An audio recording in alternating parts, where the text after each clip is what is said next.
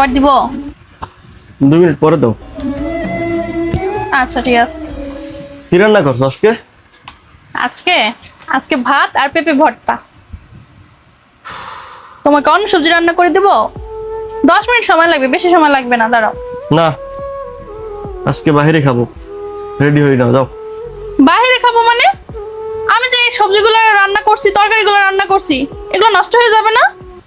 আরে নষ্ট হয় হোক, তুমি 10 মিনিটের ভিতরে রেডি হও, বাইরে যাবো। ঠিক আছে, কাজ শেষ, রেডি হয়ে নাও। ভাত খাওয়ার চেয়ে ভাত রান্না করতে আরো বেশি সময় লাগে। ভাত রান্না করার চেয়ে ভাত কামাই করে আনতে আরো বেশি সময় লাগে। ভাত কামাই করার চেয়ে মাঠে ফসল ফলাইতে আরো বেশি সময় লাগে। তারপরেই যদি আল্লাহ তাআলা রিজিকে রাখে, তাহলেই মানুষ ভাত খেতে পারে, তাছাড়া না। তাই আমার মা সবসময় একটা কথাই বলে, ভাত খাওয়ার সময় খুশি মনে যে রিজিক দান করছে তার শুকরিয়া আদায় করতে, এবং যে ফসল উৎপাদন করছে, যে কামাই করে ঘরে আনছে, যে রান্না করছে, সবাইকে ধন্যবাদ দিতে। এত কষ্টের বিনিময়ে যে ভাতগুলো আমরা খাই, সেই ভাতগুলো নষ্ট করতে আমার বিবেক